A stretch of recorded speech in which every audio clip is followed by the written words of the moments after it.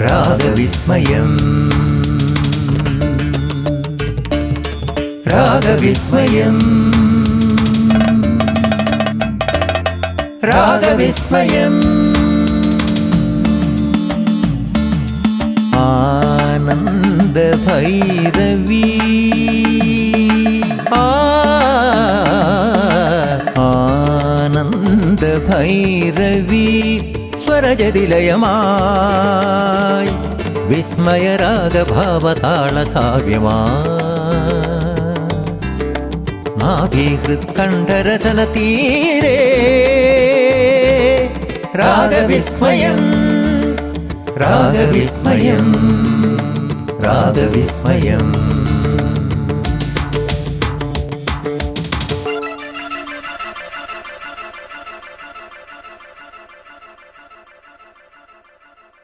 സംഗീത പഠനത്തെ ആധാരമാക്കി seal T V ഒരുക്കുന്ന പുതിയ പരിപാടിയായ രാഗവിസ്മയത്തിലേക്ക് സ്വാഗതം. നാദവിസ്മയം തീർക്കുന്ന സംഗീതം അനന്തമാണ്, അനാദിയാണ്. ആ സംഗീത സാഗരത്തിലെ മുത്തും പവിഴവും തേടിയുള്ള യാത്രയാണ് രാഗവിസ്മയം എന്ന ഈ പരിപാടി. രാഗവിസ്മയം രാഗവിസ്മയം രാഗവിസ്മയം.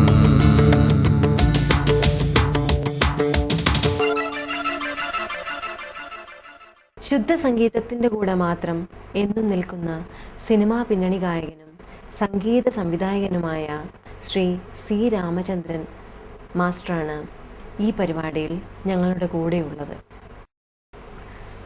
സ്വാഗതം മാസ്റ്ററെ. നമസ്കാരം. ഈ പരിപാടിയിൽ രാഗങ്ങളെ പറ്റിയാണല്ലോ നമ്മൾ സംസാരിക്കുന്നത്. അതിൽ മാഷ് ആദ്യം എന്താണ് ഈ രാഗം സംബന്ധിച്ച് പറയാനുള്ളത്? സീല് ഒരുക്കുന്ന ഈ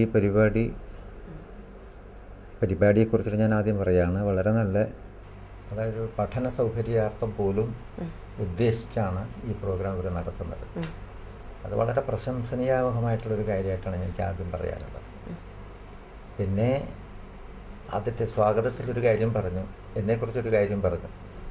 ശുദ്ധ സംഗീതത്തിൻ്റെ ഒരു സഹയാത്രികൻ എന്നൊരു പദം സുമ പറഞ്ഞല്ലോ.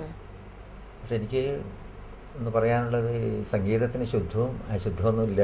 ശരിക്കും പറഞ്ഞാൽ സംഗീതം ഏകമയാണ്, അതിൽ ശുദ്ധം മാത്രമേ ഉള്ളൂ. പക്ഷെ നമ്മൾ പ്രയോഗശൈലിയിൽ വരുന്ന വ്യത്യാസങ്ങളാണ് അശുദ്ധമാണോ അല്ലെ ശുദ്ധമാണോ എന്ന് എവിടെയെങ്കിലും നമ്മുടെ മനസ്സിൻ്റെ ഒരു കോണിലത് വന്നു ഭവിക്കുന്നത്. അല്ലാതെ സംഗീതം എപ്പോഴും ശുദ്ധമാണ്. മനുഷ്യ മനസ്സിനെ ഇത്രയധികം ആകർഷിക്കുന്ന മറ്റൊരു കലയുമില്ല. സർവചരാചരങ്ങളും ഒന്നടങ്കം ആസ്വദിക്കുന്ന ഒരു കലയാണ് സംഗീതം. പിന്നെ ഈ രാഗത്തെക്കുറിച്ച് നമ്മൾ പറയുമ്പോൾ മൊത്തം സംഗീതത്തിൻ്റെ ഉത്ഭവത്തെക്കുറിച്ച് അല്പം നമ്മൾ ശ്രോതാക്കൾക്ക് പറഞ്ഞു കൊടുക്കേണ്ടി വരും. നാദ ഉൽപ്പത്തിയെക്കുറിച്ചിട്ടോ ഇതിൻ്റെ സോഴ്സ് എന്താണ്, ഇതിൻ്റെ ഉത്ഭവസ്ഥാനം, ഒരു ഉത്ഭവം ഉണ്ടാവുമല്ലോ പ്രപഞ്ചത്തിൽ. അപ്പോൾ അത് ആദ്യത്തെ ബ്ലാസ്റ്റിങ് തന്നെയാണ്. ആദ്യത്തെ പൊട്ടിത്തെറിയും മൂലം ഉണ്ടായിരിക്കുന്ന ഗ്രഹങ്ങളും ഉപഗ്രഹങ്ങളും, അങ്ങനെ നമ്മുടെ ഭൂമിയുടെ ആന്തരിക ജലത്തിലെ ജലാംശം, മഴവെള്ളമൊക്കെ കൂടിയിട്ട് ആദ്യ സമുദ്രം ഉണ്ടായി. ആദ്യ സമുദ്രത്തിൽ ഒരുപാട് ജീവജാലങ്ങളുണ്ടാകും. അതായത് വായുവിലുള്ള ജൈവ യൗഗികങ്ങൾ വെള്ളത്തിൽ ലയിച്ച് അമ്ലം ഉണ്ടായി. അമ്ലം, ആസിഡ്, പിന്നെ അമിനോ ആസിഡ്, ന്യൂക്ലിക് ആസിഡ്. ഇതിൽ നിന്നാണ് ഏകകോശജീവി, ബഹുകോശജീവി, അതായത് യൂണിസെല്ലുലാർ അല്ലെങ്കിൽ ബയോസെല്ലുലാർ ക്രിയേച്ചേഴ്സ് ഉണ്ടാകുന്നത്. അതിൽ നിന്നാണ് പിന്നെ നമ്മൾ ഈ ജനനം വരുന്നത്. അങ്ങനെ ഉണ്ടാകുന്ന പരിണാമത്തിൻ്റെ ഫലമായിട്ട് ആദിമ മനുഷ്യൻ വരെ എത്തിയിരിക്കുന്നു. ഈ ആദിമ മനുഷ്യന് ആദ്യകാലത്ത് കേൾക്കുന്ന വോയിസസ്, നേച്ചറിൽ ഒരുപാട് പ്രകൃതി ശബ്ദങ്ങൾ ഒരുപാടുണ്ട്. വെള്ളച്ചാട്ടത്തിൻ്റെ ശബ്ദങ്ങൾ, തേനീച്ചകളുടെ മൂളക്കം, പല പക്ഷിമൃഗാദികളുടെ കരച്ചിലുകൾ, വെള്ളച്ചാട്ടത്തിൻ്റെ ശബ്ദം, ഇതൊക്കെ ആദിമ മനുഷ്യന് കേൾക്കുന്ന ദിശയിലേക്ക് പോലും ശ്രദ്ധ പതിപ്പിക്കാൻ കഴിവുണ്ടായിരുന്നില്ല ആദ്യകാലത്ത്. ഞാൻ തുടക്കം തൊട്ടാണ് പറയുന്നത്.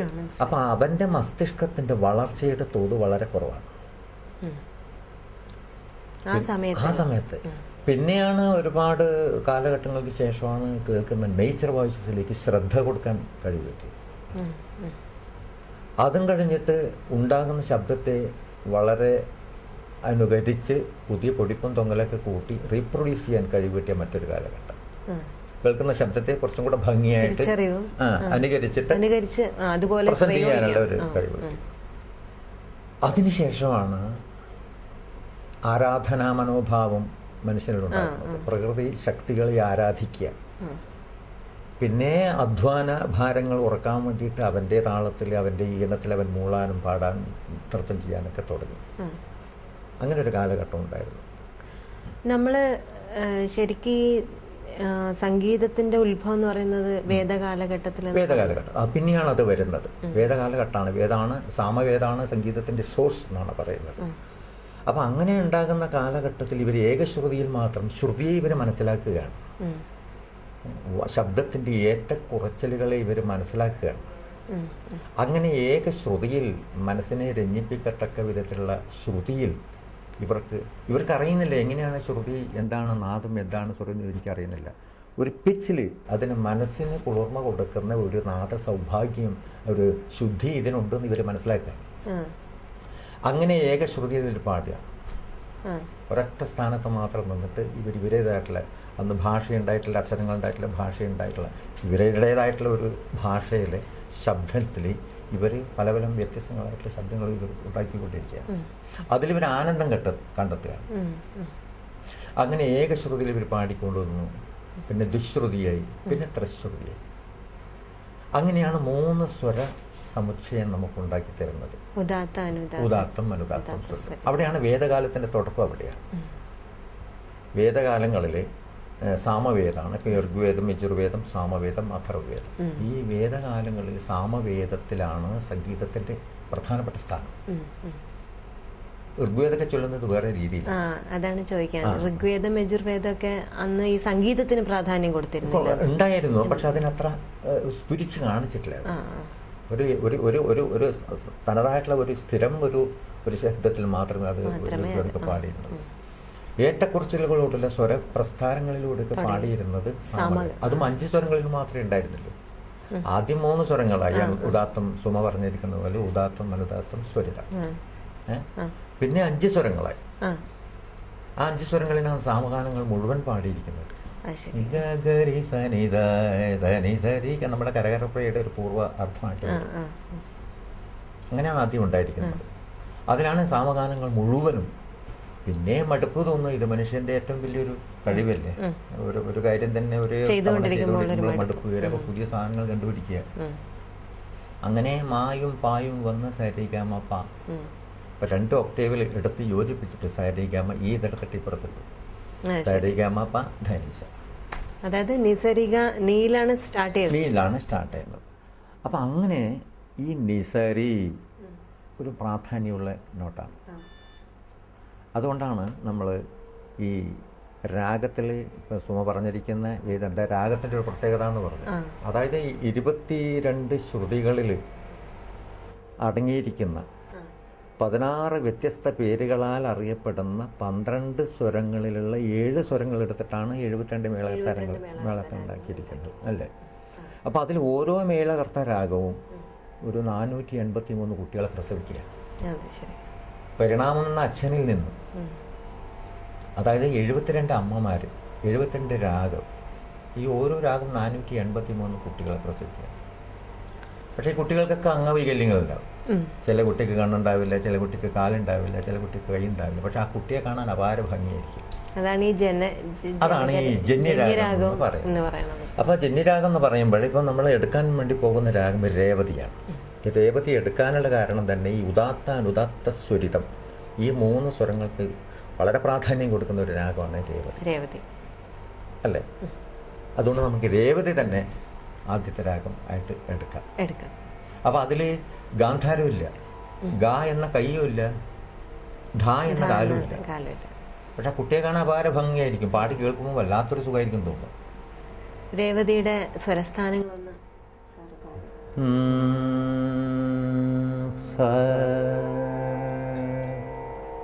സരി മാ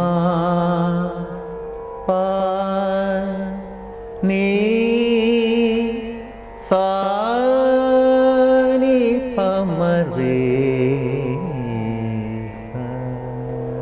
ഷഡ്ജം, ശുദ്ധരിഷഭം, ശുദ്ധമധ്യമം, പഞ്ചമം, കൈശിക നിഷാദം, ഷഡ്ജം. ഇതാണ് രേവതിയുടെ സ്വരസ്ഥാനങ്ങൾ. അതിൽ ഗാന്ധാരവുമില്ല, ദൈവതവുമില്ല. ഇത് ചക്രവാകം എന്ന് പറഞ്ഞ അമ്മയുടെ മകളല്ലേ, 16ാമത്തെ അമ്മയുടെ മകളാണ് രേവതി. രേവതിയിൽ ഒരുപാട് കൃതികൾ ഭാഗ്യകാരന്മാർ ഉണ്ടാക്കിയിട്ട്. എന്താ ഭാഗ്യകാരന്മാരെന്ന് പറയാൻ കാരണം? ഗാനരചയിതാവ് എന്ന് പറഞ്ഞൂടെ. അതായത് രാഗത്തിൻ്റെ മാത്രമല്ല, വാക്കും ഗേയകത്വവും, ഗേയകത്വം, ഇത് പാടാനുള്ള കഴിവും ഉരുപ്പടി ഉണ്ടാക്കി സ്വയം പാടിക്കൊണ്ടിരിക്കുക, വാക്കുകൾ എഴുതിയിട്ട്. സാഹിത്യവും സംഗീതവും ഒരാൾ തന്നെ സൃഷ്ടിക്കുക, സോ കോൾഡ് വാഗ്യകാരൻ, അല്ലെങ്കിൽ ഗാനരചയിതാവ് എന്നൊക്കെ പറയാമല്ലോ. അപ്പോൾ ഈ വാഗ്യകാരന്മാർ ഒരുപാട് കൃതികൾ നമ്മൾ ഉണ്ടാക്കി തന്നിട്ടുണ്ട്. അതിൽ വളരെ പോപ്പുലറായിട്ടുള്ള ഒരു കൃതിയാണ് മഹാദേവ ശിവശംഭോ. മഹാദേവ ശിവശംഭോ, മഹാദേവ ശിവശംഭോ. ഒരുപാട് നേരത്തെ ഒരു കീർത്തനത്തെ കുറിച്ച് സംസാരിച്ചില്ല. ഒരുപാട് കൃതികളുണ്ട് ഈ രേവതി.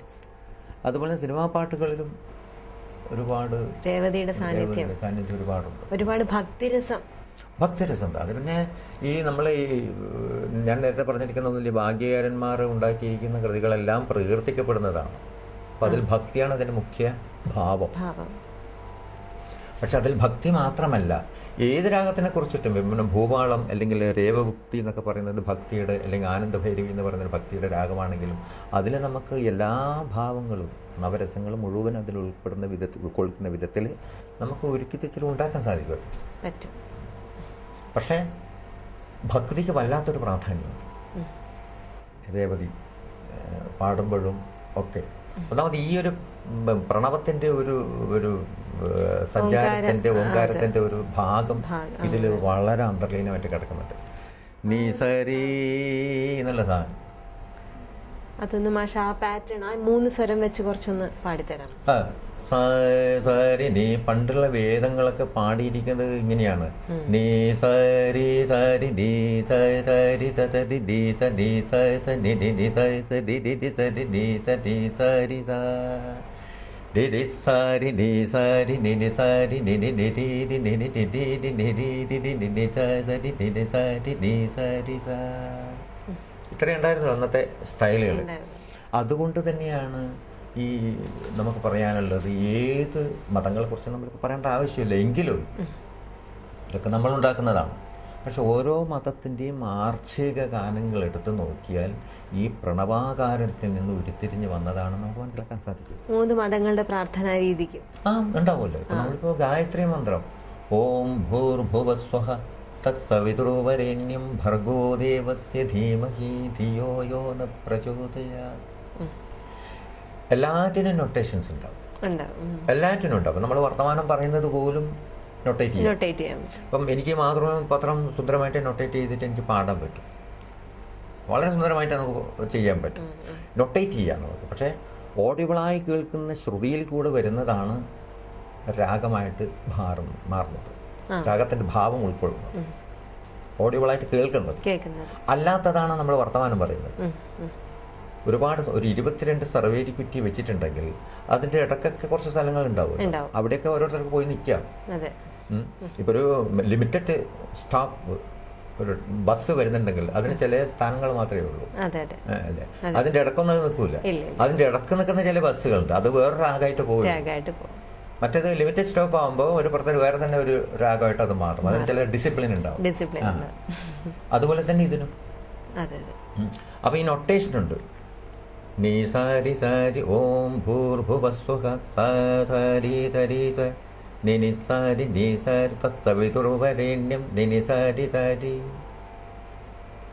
ഓം ഭൂർഭുവസ്വ തത്സവിതുർവരേണ്യം ഭർഗോ ദേവസ്യ ധീമഹി നിനി സാരി നീരി സ ധിയോ യോ ന നിസാരി സ പ്രചോദയാത് നിസാരി സ. അപ്പൊ നമ്മുടെ ഹിന്ദുമത പ്രകാരം അത് നമുക്ക് പറയാം. സല്ലല്ലാഹു അലാ മുഹമ്മദ് സല്ലല്ലാഹു അലൈഹി വസല്ലം, അത് തന്നെയാണ്.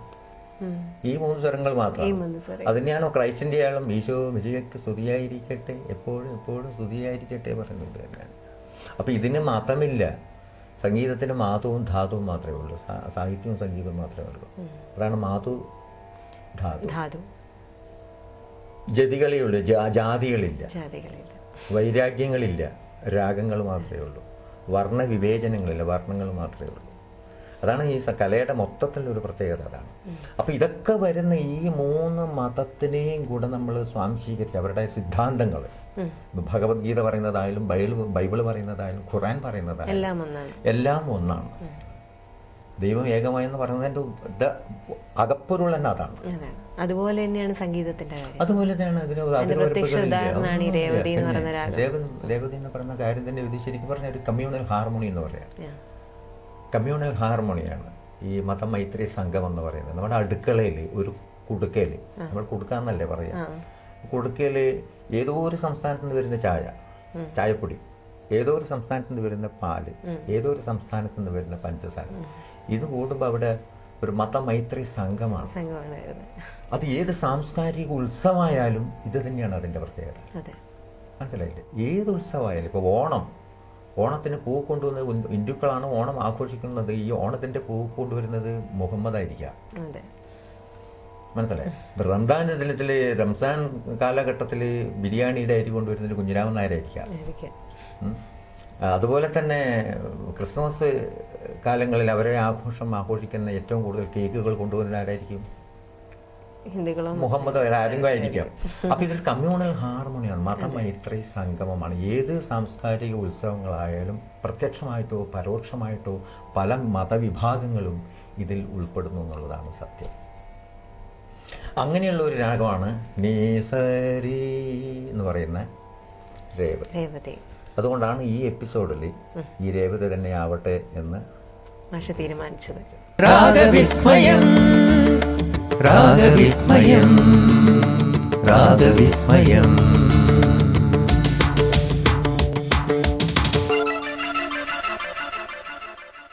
ഇത്രയും നേരം വളരെ മനോഹരമായിട്ട് രേവതി രാഗത്തിൻ്റെ പ്രത്യേകതകൾ, ആ ഉത്ഭവത്തെക്കുറിച്ചും സംഗീതത്തിൻ്റെ ഉത്ഭവത്തെക്കുറിച്ചും രേവതി രാഗവുമായിട്ട് ഉള്ള ബന്ധത്തെക്കുറിച്ചൊക്കെ മാഷ് നമുക്ക് പറഞ്ഞു തന്നു.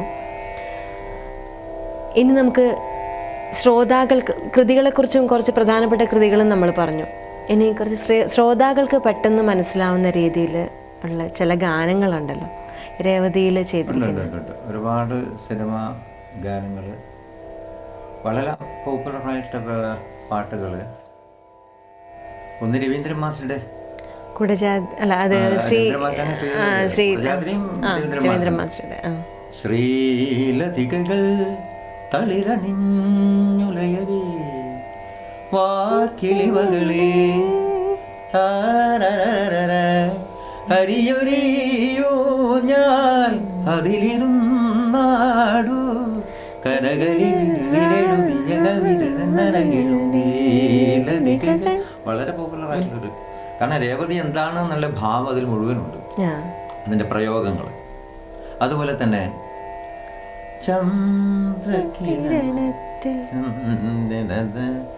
സരോവര അല്ലേ പാട്ട്, അത് യുവമിഥുനങ്ങൾ.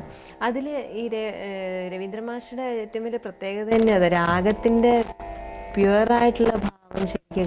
അത് ഞാൻ പോലും അതിശയിച്ച ഒരു പാട്ടുണ്ടായിരുന്നു. ദേവസഭാതലത്തിൽ അദ്ദേഹം അവസാനം രേവതിയാണ്. അതിൽ കൈതപ്പുറം ദാമോദരൻ നമ്പൂതിരി എഴുതിയിരിക്കുന്നൊരു വരിയുണ്ട്. അനുദത്തമുദത്ത സ്വരിത പ്രജയം താണ്ഡവ മുഖരലയ പ്രഭവം പ്രണവാകാരം സംഗീതം. അപ്പം അതിൽ അദ്ദേഹം പാടിയിരിക്കുന്ന നീരേ മാ പനീ, ഈ 5 നോട്ടിലും വോയിസ് ഉണ്ട്.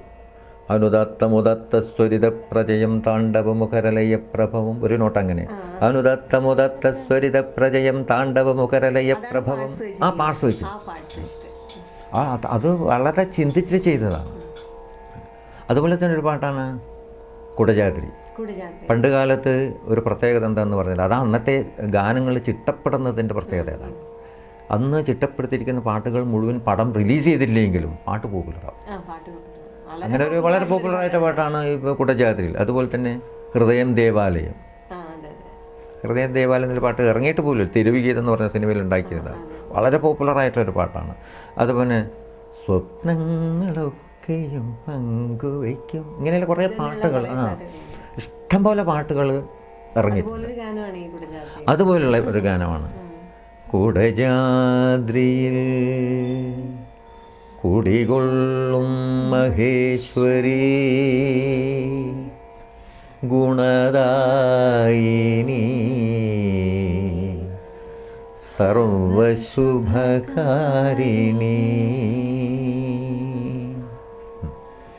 കുടജാദ്രിയിൽ കുടികൊള്ളും മഹേശ്വരി ഗുണദായിനി സർവശുഭകാരിണി. കാതര ഹൃദയ സരോവര നെറുകയിൽ ഉദയാങ്കുലിയാക്കൂ മംഗളമന്ദസ്മിതം തൂകൂ. കുടജാദ്രിയിൽ കുടികൊള്ളും മഹേശ്വരി ഗുണദായിനി സർവശുഭകാരിണി. ഇന്നും മലയാളികളുടെ മനസ്സിൽ ഇന്നും തത്തിക്കളിക്കുന്ന ഒരു വളരെ മനോഹരമായിട്ടുള്ള ഒരു മൂകാംബിക ഭക്തിഗാനമാണ്. രാഗവിസ്മയം രാഗവിസ്മയം രാഗവിസ്മയം.